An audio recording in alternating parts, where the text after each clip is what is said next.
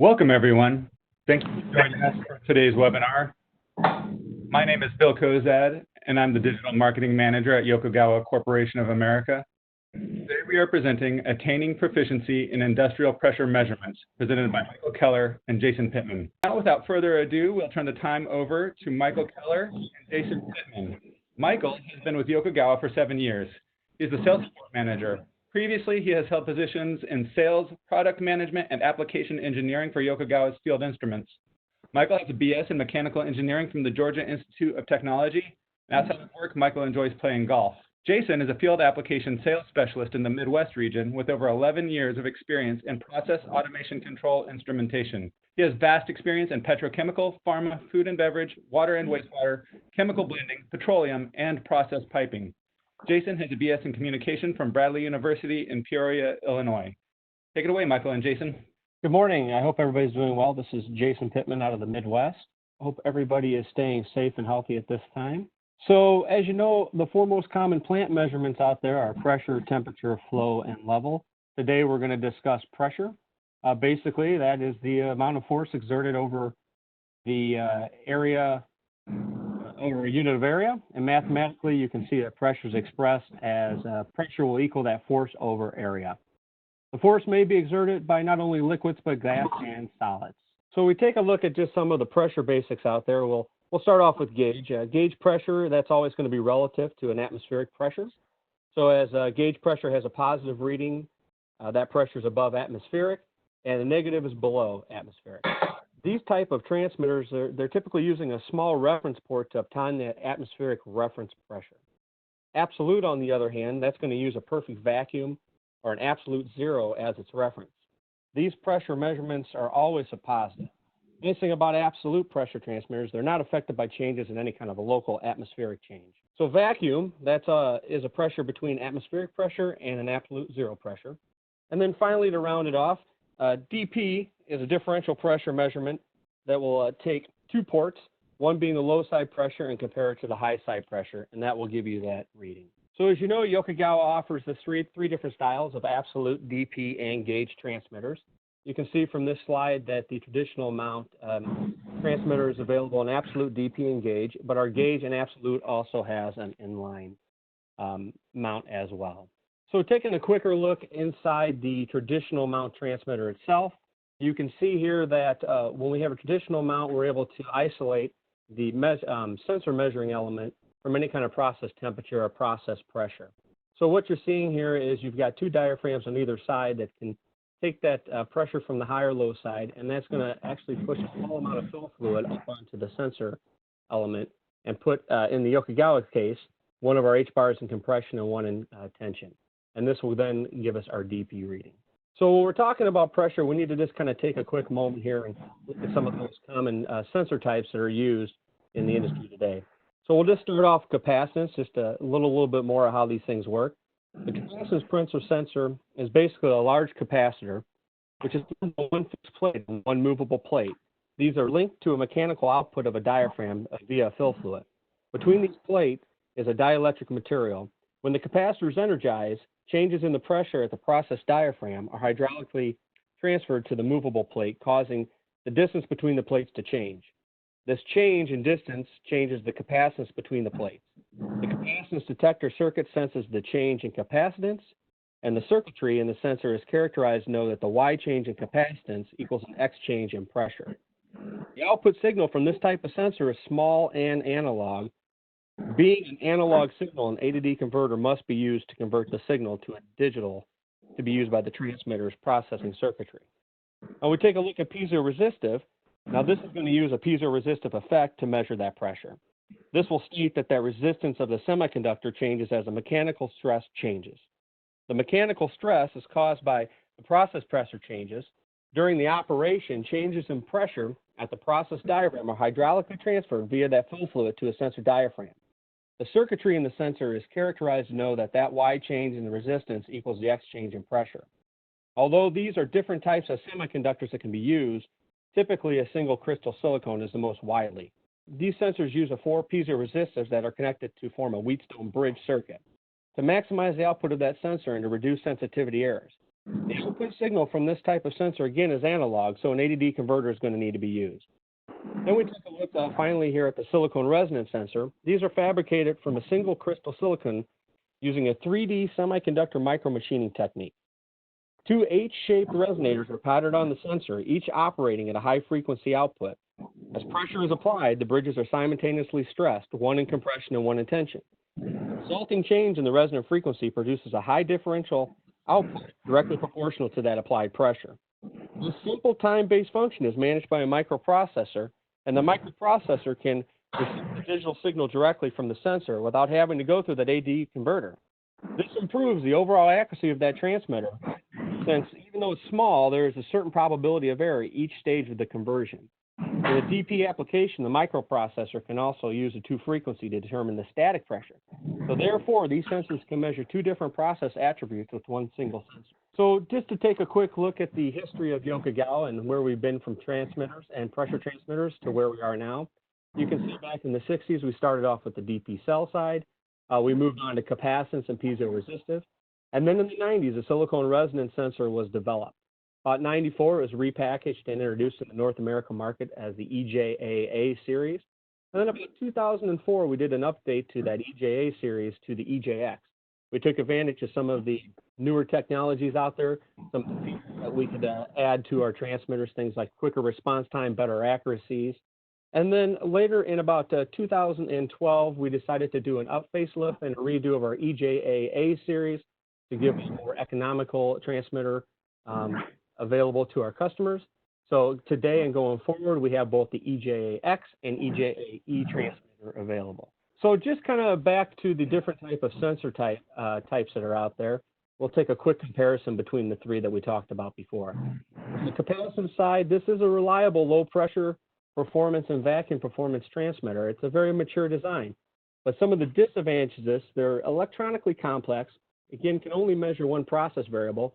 You're going to need that A to D converter for the signal, a low signal to noise ratio, and these are very poor in handling overpressure events, which we'll talk about later.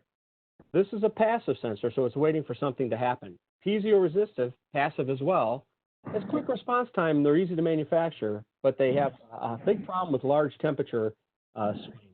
Again, can only measure one process variable, require that A to D converter, and like the capacitance, they have a poor pressure handling capability.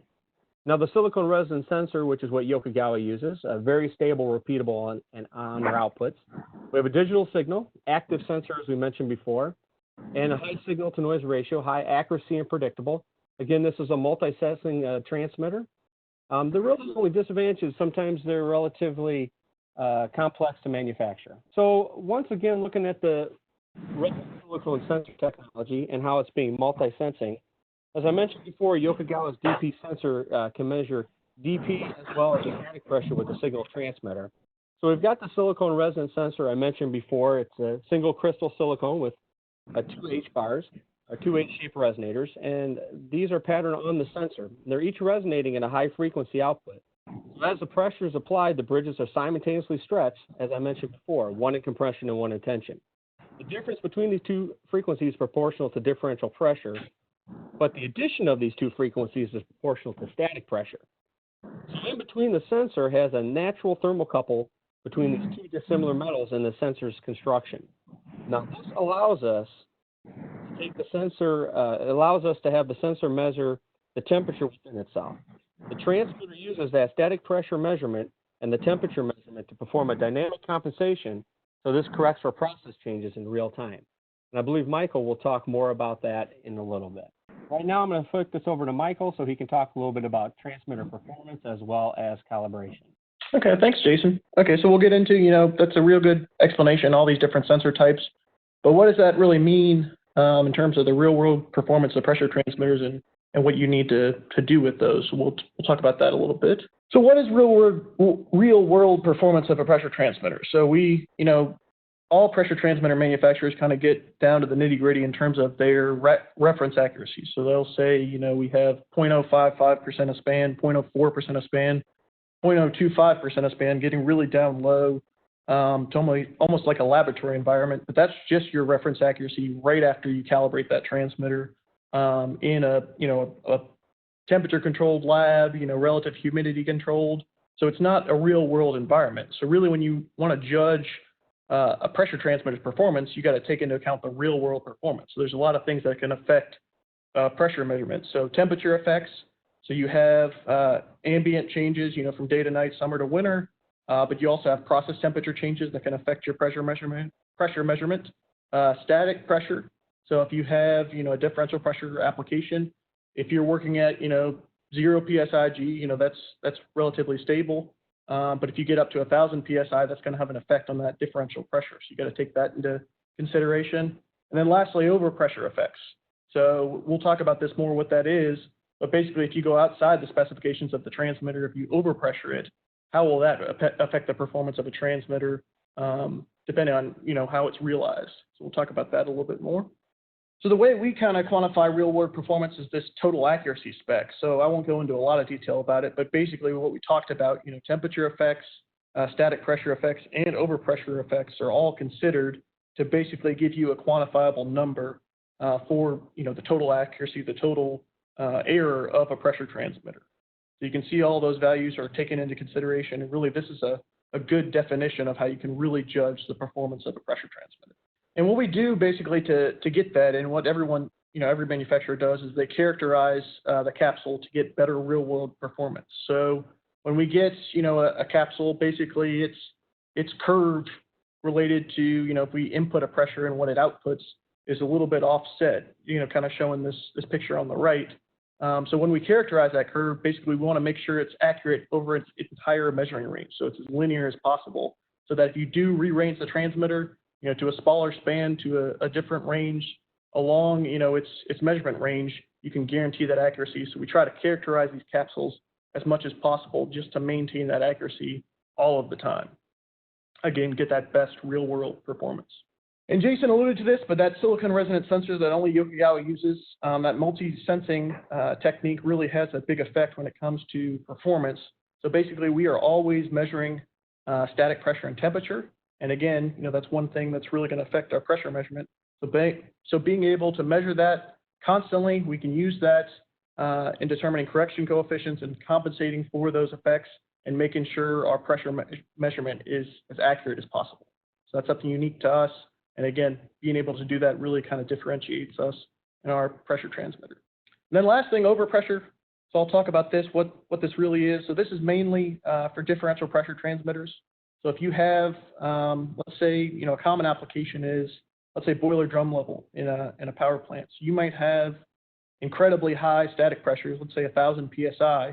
You're trying to measure a very low differential pressure, maybe 20 inches of water. So a really low rate of DP, but high static pressure on either side of that transmitter. So if you have a manifold sequenced wrong, startup effects, water hammer effects, there's a lot of situations where basically one side of that transmitter could see that high pressure and the other side could not, and basically that's going to be an incredibly high differential pressure that's well outside the limit of whatever capsule you're using. So that's what we call overpressure. And basically we've got Yokogawa's got a unique design in our capsule that's shown here in the picture on the right that basically protects any overpressure effects, no matter how many times they happen, from not conveying that pressure to the sensor and actually containing that pressure through mechanical diaphragms. So Jason showed a picture before, but basically this picture on the right shows, the capsule, the side view. So basically these red lines on either side are the isolation diaphragms where the process is hitting that capsule. And then the light blue and the yellow is silicon oil that's used as a mechanical conveyor of pressure to the sensor at the very top of this capsule. So during an overpressure instance, let's say it happens on the high pressure side, on the left side, basically there's a channel for that oil to go on the other side of the diaphragm, the low pressure side, and you can see that dark blue line. Those are actually very thick, what we call overpressure diaphragms. And when we have this overpressure instance, these overpressure diaphragms can contain that pressure without conveying it to the sensor. So if these weren't there, it's not going to bust open the transmitter or anything like that, but it can cause an offset in your pressure measurement, a zero offset, or it could damage the sensor to the point it won't work anymore. So having these mechanical safety systems really kind of differentiates us. And again, this is always working. You can overpressure it 1,000 times and it'll always return back to zero. Won't lose any accuracy based on this this overpressure specification. And then lastly, with all this taken into effect, all these things, this total accuracy and all these things that affect performance, really, the point of this is you can actually kind of look at your calibration intervals for pressure transmitters and maybe make adjustments accordingly. So most plants, might have a set standard, to calibrate a transmitter every year, every couple of years. But basically, you can use this data, these statistics, and you can look at, that real world performance, the total accuracy, and another specification that accounts for the long-term degradation of a transmitter called stability. And basically with that, you can say, okay, if I need a 1% measurement or a 0.5% measurement, you can determine the calibration frequency of your pressure transmitters depending on the application. So this is something that we can help you with. But again, all the stats are there to really kind of offer that guidance. And then with that, obviously, if you don't have to calibrate a transmitter as much, if you've got hundreds of transmitters in your plant, there's a huge cost savings, total cost of ownership savings for doing that and adjusting your calibration frequency. So that's something to look at as well and something that we can help with. Okay, with that, I'll pass it back to Jason, and he's going to go over some installation considerations with pressure transmitters. Okay, thanks, Michael. So to start off here on some of the installation techniques, we're looking here on a flow situation. Of course, first and foremost, we're always going to ask that you refer back to the installation manual and follow proper piping procedures. Pardon me, it's hard to get out. But looking at some of the installation techniques here, this is with the use of impulse lines. Obviously, using impulse lines to the transmitters, that's going to transfer that pressure from our process to the transmitters and thermally protect those transmitters from any kind of process issues that may happen. So starting on the left here, this is our typical gas application where we're going to allow the transmitter to be installed above the pipe. This is going to allow any kind of liquids to drain away from the transmitter back into the process itself, any kind of condensation, things of that nature. This is going to allow for the the pressure transmitter to be stable and repeatable. On the liquid and steam side, we're going to recommend that transmitter is installed below the process piping, and then we've got our impulse lines piped up to those pipes. As you can see on the liquid side, this is going to allow for any kind of gas to vent back away from the transmitter, keeping the transmitter impulse lines full of liquid, and again, helping with stability and accuracy and proper reading. On the steam side, we're going to always recommend that the impulse lines be filled with water. Again, this helps to help the accuracy of the transmitter read in these particular processes. So on the far right here, you're seeing an example of the universal mount that Yokogawa has to offer. This allows our transmitters to be installed not only horizontally, but vertical.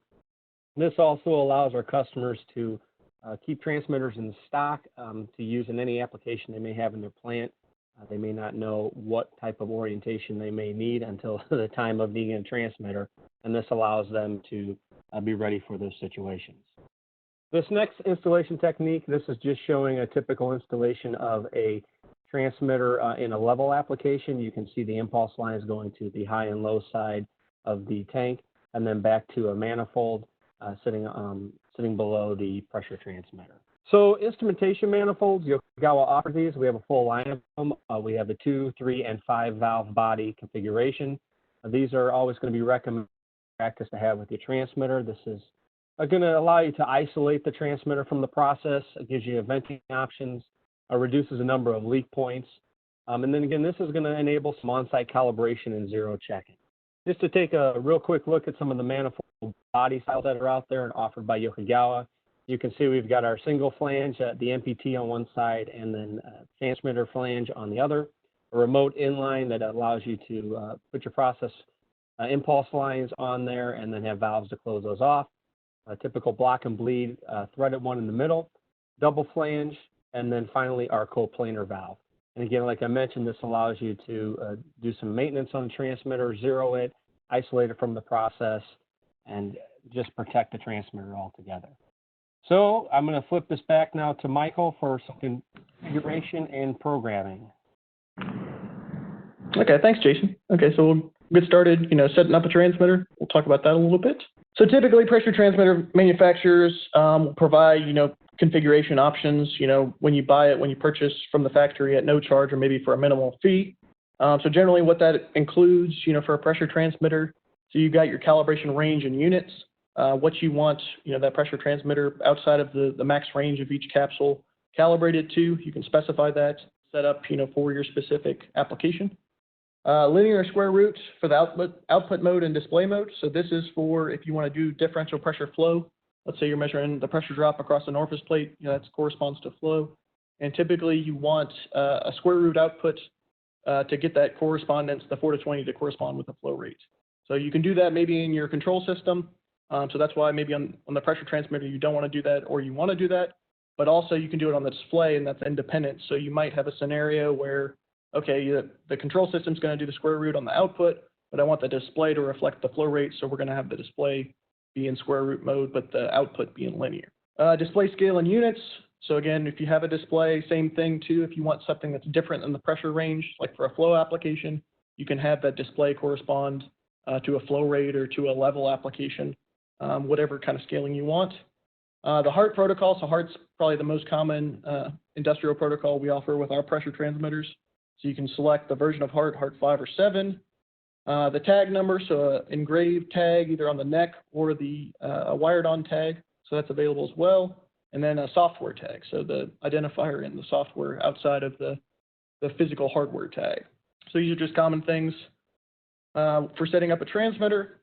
And then in terms of programming, we have a lot of field guides on our website that we'll provide a link to, but just showing some common things, common things to set up with a pressure transmitter. The two on the left are what we call our local parameter setting. So this is a push button on the display along with a digital encoder on the side of the transmitter that you can use with a screwdriver. So basically you can set up, very common parameters with a pressure transmitter without a HART handheld or some other type of configuration device. You just press the button and turn the encoder with a screwdriver to set up the tag, the units, the 4:20, damping, that linear square root. You can do all that. It's a little bit tedious, but if you're in a pinch, that's something that's available. And then another example, signal characterization. So if you have, you want to do volume measurement in a non-uniform tank, that's something we can offer. And then bidirectional flow. Again, you got flow backwards and forwards in a line. You can set up the square root on our pressure transmitters with that. So just some common things that maybe you want to set up with a pressure transmitter, a little bit more advanced, but these are all available. And then lastly, calibration. So we talked about that calibration interval, but eventually, at some point you probably do want to calibrate these things. So we'll talk about, physically what you have to do there. So, so this on the bottom left is kind of a diagram of what the basic items you'll need in order to calibrate a pressure transmitter. So we recommend to warm up the unit powered on for 5 minutes and 10 minutes for an absolute pressure transmitter, just because of the nature of that measurement. Again, that seems a little long, but that's just the official recommendation. So over here on the left, this diagram, basically you've got a pressure generator, a pressure source hooked to the transmitter.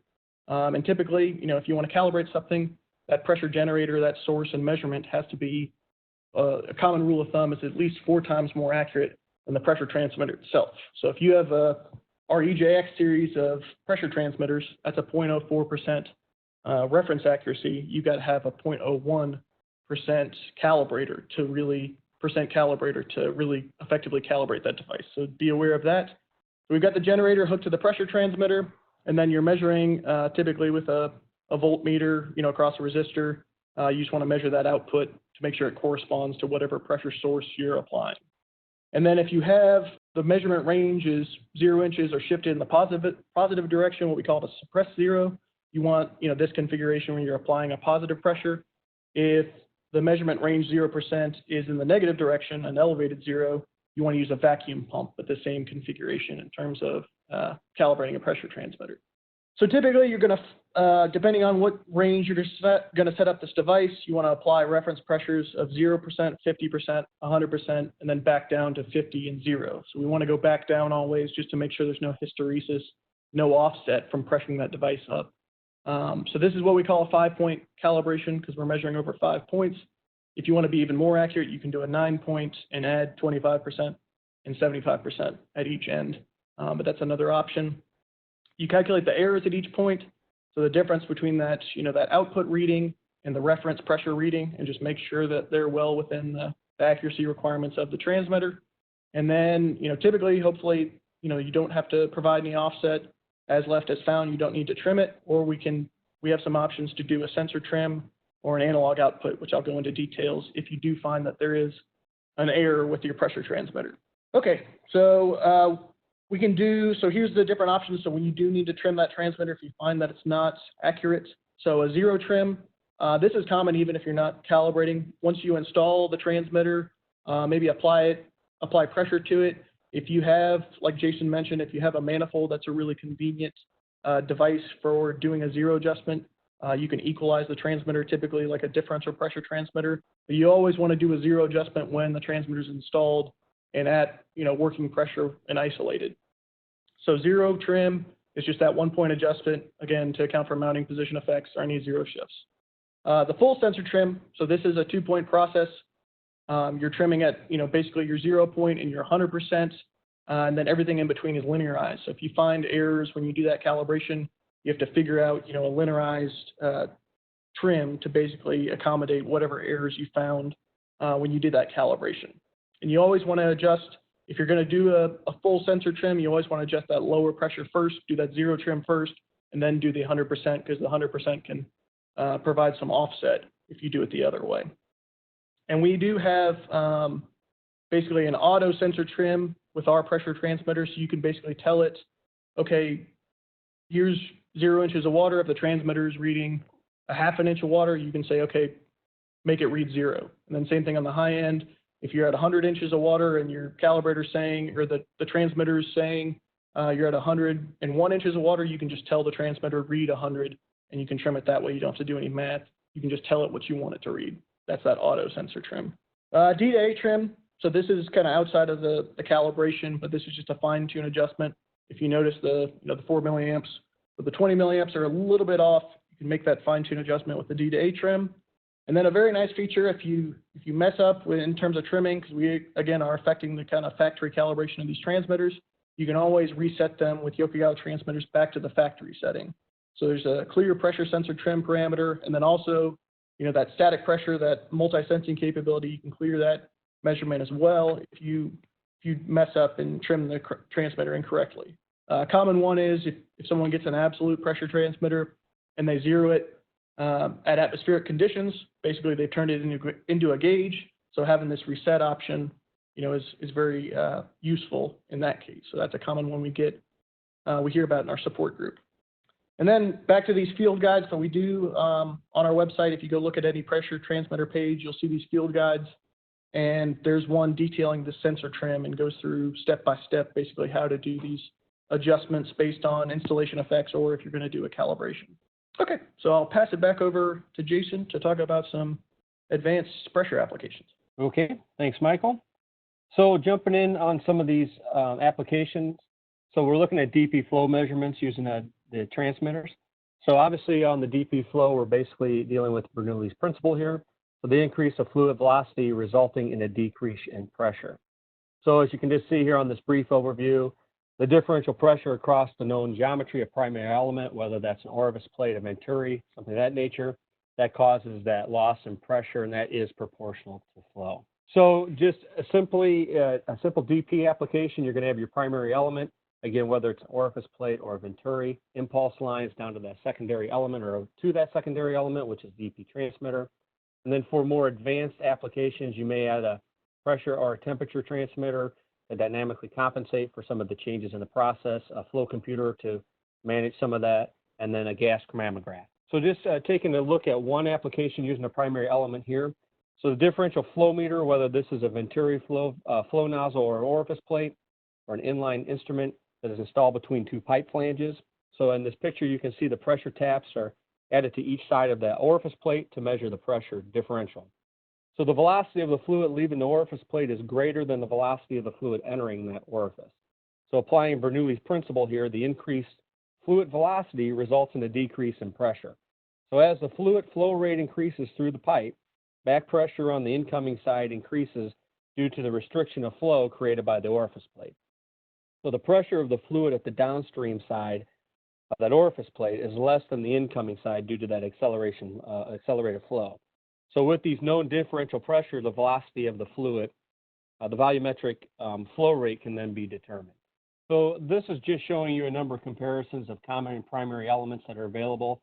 Obviously, I believe it's a little difficult to read, but it states some information on orifice plates, some of the different venturis. It shows you the different line size ranges that you can do these particular elements in, applications that they're useful for, and then specific advantages from one to another.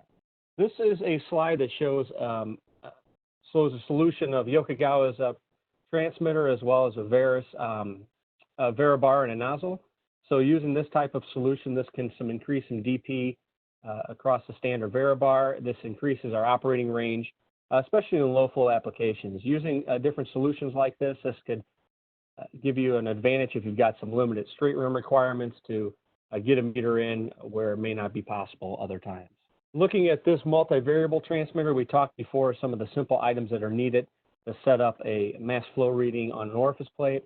So your typical way of setting this up is using a differential pressure transmitter, a static pressure gauge or absolute transmitter, an external temperature transmitter, and then a flow computer. All these items together are then used to calculate that flow rate through an orifice plate. That's a typical setup you're seeing on the left. However, if you're going to use Yokogawa's multi-sensing technology, what we call our EJX 910, that particular transmitter also has a temperature sensor. So being the fact that it is multi-sensing with the static pressure and temperature, if there's any kind of swings in the process, we can dynamically compensate for that and give an accurate mass flow reading. So what this does for our customers is allows them to not have to have an additional external temperature transmitter as well as pressure transmitter and a flow computer to give an accurate flow rate.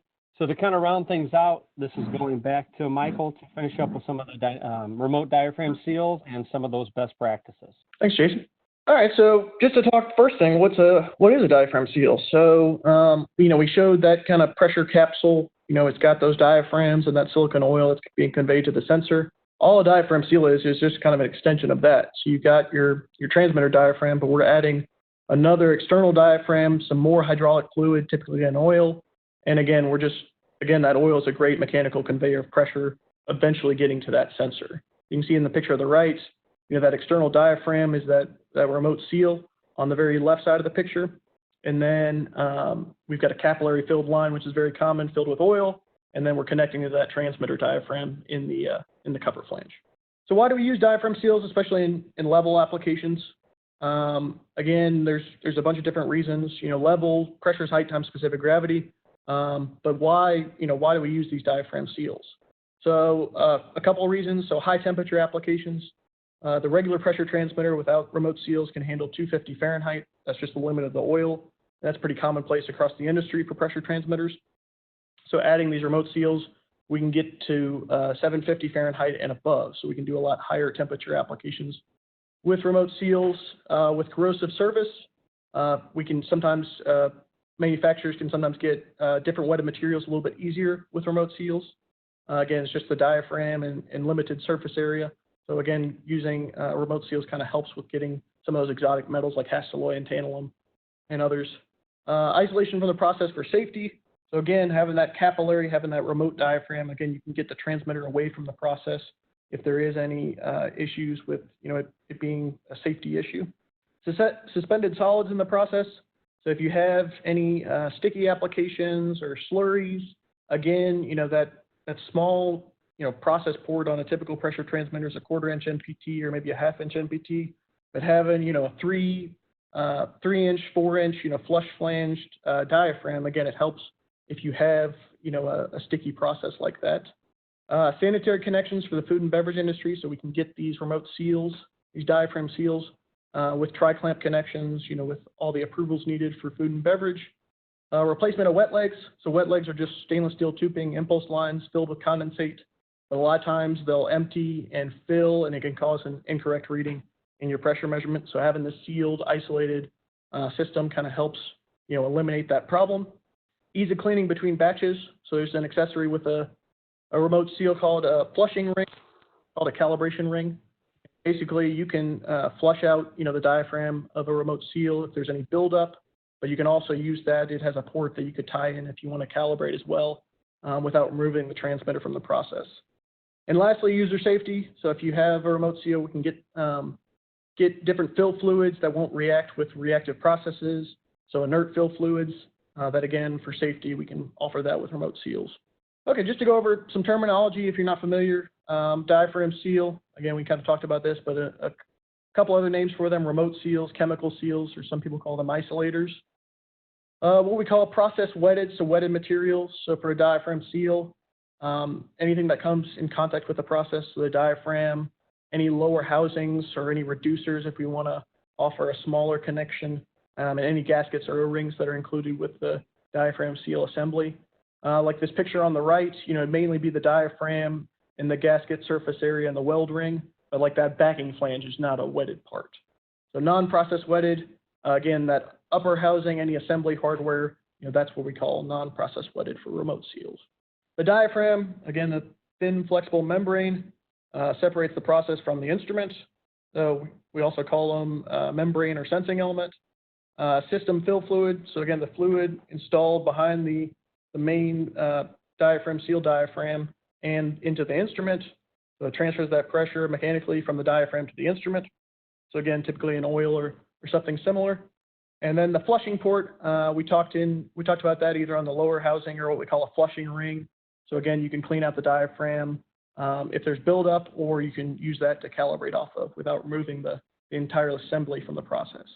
In a balance system, so this is a differential pressure transmitter with two remote seals attached that have the same capillary length. So this has some inherent advantages. We'll talk about temperature effects, but basically having a balanced system of oil, that head pressure of that oil is typically going to be consistent and won't cause as many deviations as what we call an unbalanced system. So whether you have two remote seals that are not equal in length and capillaries, you have a direct mount seal on one side and then a capillary on the low, there can be sometimes some issues with this when you have, for differential pressure, different amounts of oil. So we call that an unbalanced system. And one thing to take into account with remote seals, it's always going to impact your measurement. So mainly response time and accuracy, but just something always to consider. We talked about, we get real nitty-gritty with the performance of a pressure transmitter. All manufacturers do. But when you add a seal, it's really going to affect your response time and your accuracy. So you're not going to get that 0.04% accuracy when adding a seal, and you're not going to get, like our pressure transmitter, we can do a 90 millisecond response time. But again, that's going to be affected by adding this external remote seal. So we'll talk in detail how it affects response time. So that capillary length, so as you go longer, time is going to go up. And then the same thing, that actually the diameter of the capillary, the ID, will affect that response time as well. So you can play around with that to get better response times. The fill fluid, some fill fluids, some oils are more viscous, so that'll affect the response time. The diaphragm diameter, so how small or large the diameter of the diaphragm is, which I'll talk about a little bit more, the reasoning behind that. And then the main thing, process and ambient temperatures, especially ambient temperatures. So response time, if you're in a cold environment, up in Canada, up in the Northeast or the Northwest, again, when it gets wintertime, the response time of these remote seals can get very, very high from those cold ambient temperatures. So that's why we use heat tracing, why we use insulation. Again, it can become 30 seconds and above in some of these applications when you have really long capillaries with these remote seals. And then same thing on accuracy. When we go to longer capillary lengths, and again, that ID of the capillary can affect the accuracy because of temperature effects, which I'll talk about a little bit more. That diaphragm diameter, I'll talk about that in the next slide. The different fill fluid types, so some of them will actually change.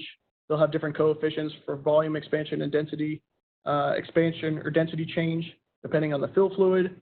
And again, how much temperatures you swing you have, either from process temperature swings or ambient temperature swings, day to night, summer to winter, all that'll have a large effect on accuracy. And then another thing, so make sure you review, your process conditions to determine a fill fluid. So this is a common thing with remote seals. You need to choose a fill fluid that can handle, your process conditions and your environmental conditions.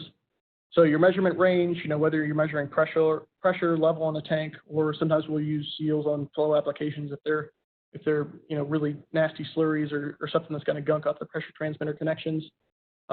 With your fill fluid, you want to make sure the fill fluid can handle the process temperature that you're going to expect to see and that ambient temperature. So again, you got to make sure, usually it's on the low end in terms of ambient and then the high end in terms of pressure. So you got to make sure that that fill fluid can handle both scenarios.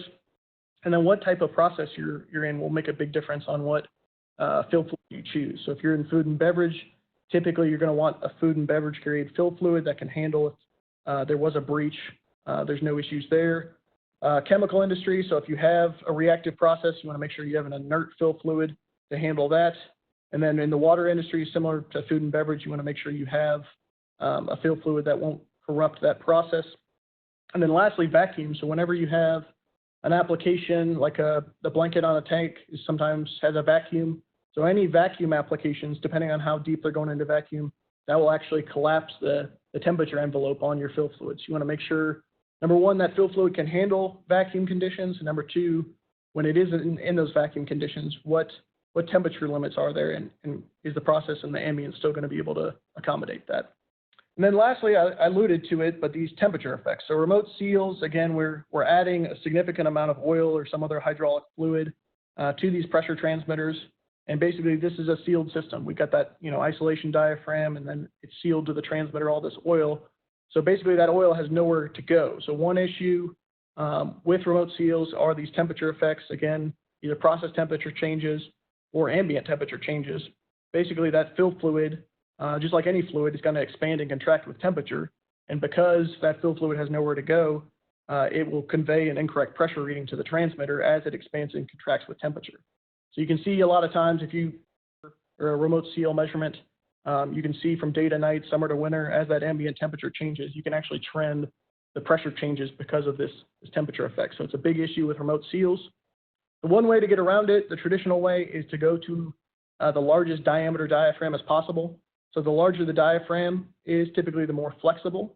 So having a more flexible diaphragm, as that fill fluid expands and contracts, it's able to contain that volume change without conveying an incorrect pressure reading to the transmitter. So always go with the biggest diaphragm possible.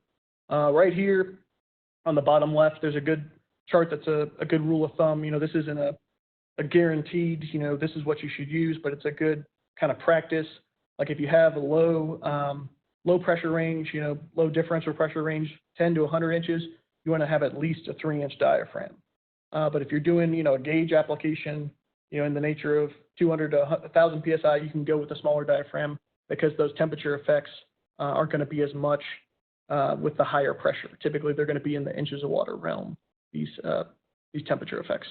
And then just to go over what Yokogawa can offer in terms of remote seals. So we have our kind of direct mount seal, the EJX and the EJA 210E. So it's just a direct mount seal on the high side of a differential pressure transmitter. And then the low side has a port that you can leave open atmosphere or pipe into. For remote diaphragm seals, we have the EJA and EJX 118. So it's a differential pressure transmitter with two, equal length, that balanced system capillary remote seals. Remote for gauge, we have the EJX and EJA 438, which is just a gauge pressure transmitter with one remote capillary diaphragm seal attached to it. And lastly, we have kind of as an alternative to that remote diaphragm seals, the EJA and the EJX 118, so two equal length capillaries. We have what we call our digital remote sensor or electronic remote seals. So instead of having, the issues with capillary lines with that expansion and contraction due to temperature, this digital remote sensor provides electronic differential pressure that limits the amount of fill fluid, so it should eliminate a lot of that temperature effect. But these are typically only good, though, for very large span applications, so very tall tanks, typically for level. So keep that in mind. You've got two static pressure transmitters with two distinct accuracies compared to a DP transmitter that's kind of designed for low differential pressure measurement. So this has its place, but it's typically for tall tanks. A good rule of thumb is anything above where the bottom and the top tap are more than 50 feet is when we go with that digital remote sensor as a solution. And then lastly, kind of a really unique solution for a common scenario with level with remote seals.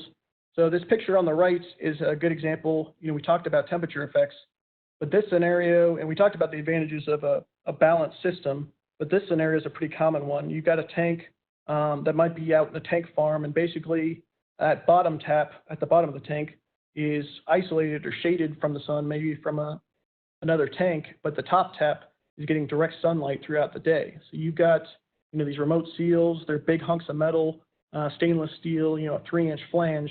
It's a very good heat conductor. So that oil in that low leg that's on the top of the tank could be a lot hotter than the oil at the bottom of the tank. So even having a balanced system, that natural effect is not going to compensate for that volume change in the fill fluid. So what Yokogawa has come out with is what we call a compensating capillary. And basically, you can see in the pictures below, we can do it in a equal length dual capillary design, or we can do the direct mount on the high side and the capillary on the low. But basically, all the fill fluid is shared. You can see that with the pink and yellow diagrams. But you can see in the detailed view on the top of the equal length capillary transmitter, basically the yellow fill fluid is receiving the process pressure, but the pink fill fluid is just there to again equalize that temperature, but it's not receiving the process pressure on that side. And then the other side is opposite. The pink's receiving the process pressure, and the yellow is just kind of there to maintain that temperature. So again, it just makes so the temperature is equalized. So let's say that detailed view, that's the hot side's getting hit with the sunlight. That oil is going to equalize in temperature and make it so, again, that fill fluid expansion and contraction is contained and mechanically compensated. So this is something unique to us. And if you have this scenario, it's going to be the best option for compensating for temperature effects with remote seals. In summary, just for this whole presentation, not just remote seals, but we talked about pressure includes 3 main measurements: differential pressure, gauge pressure, and absolute. We use obviously pressure transmitters to measure pressure, but they're also very common for flow and level applications. That's why there's so many configurations of pressure transmitters. And just so you're aware, we've got a facility just south of Atlanta in Noonan, Georgia, that we manufacture pressure transmitters basically for every application, every configuration at some level. And we're open for business, with everything going on with COVID-19. We are still, fully manufacturing pressure transmitters and can get them to your facility quickly if you need.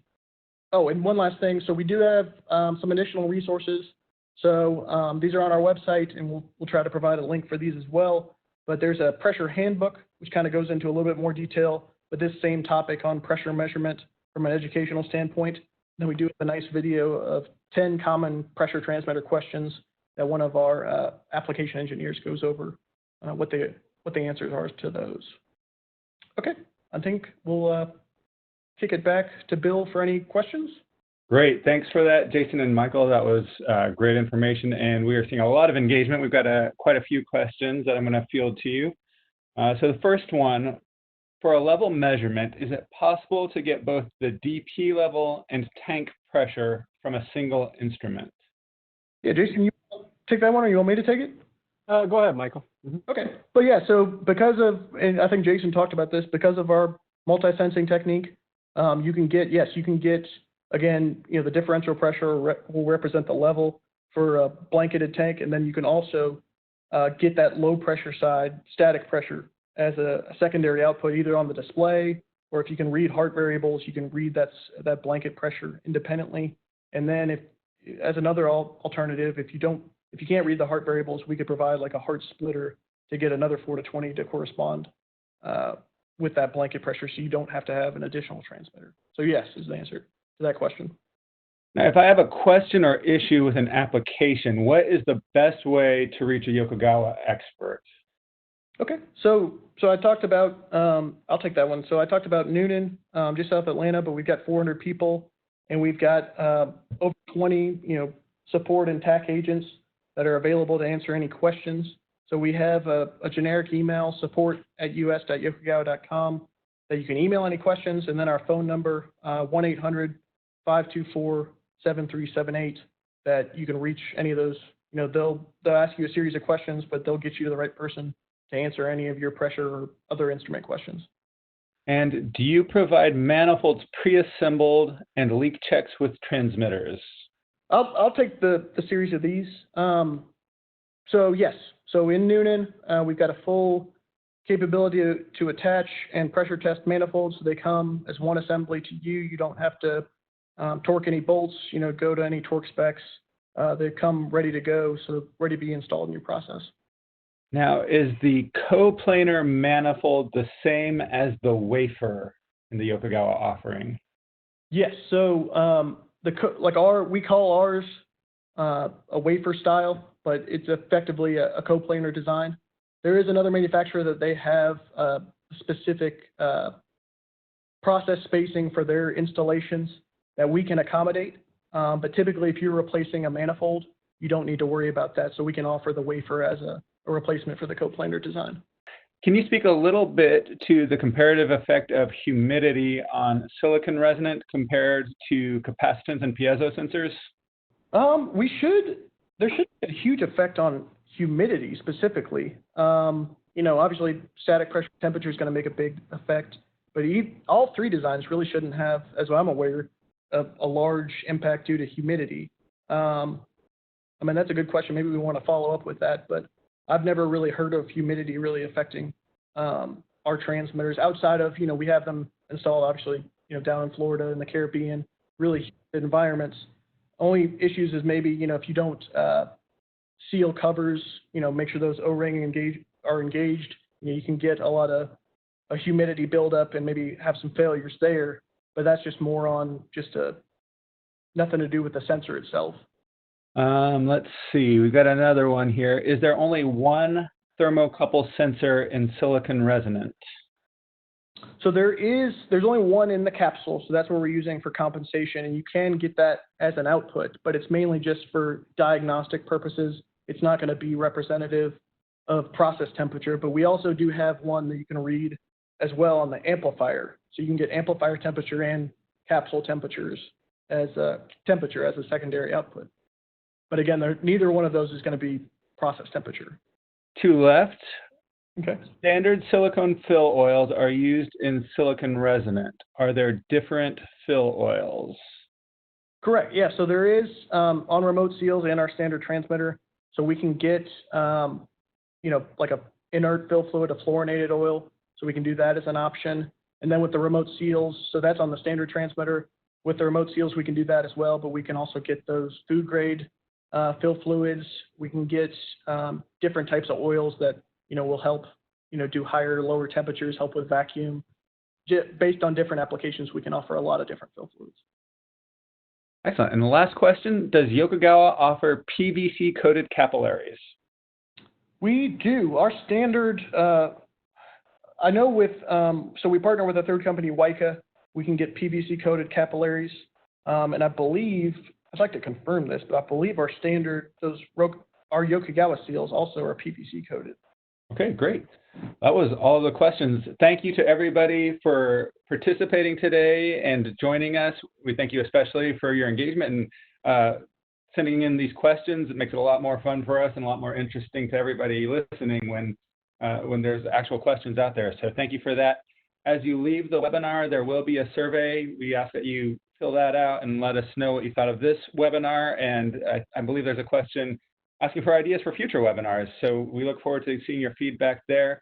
Thank you once again. You'll get an email next week with the link to the recording of this webinar, as well as the slides and those other resources that were mentioned. Thanks for taking some time with us today, and have a great rest of your day.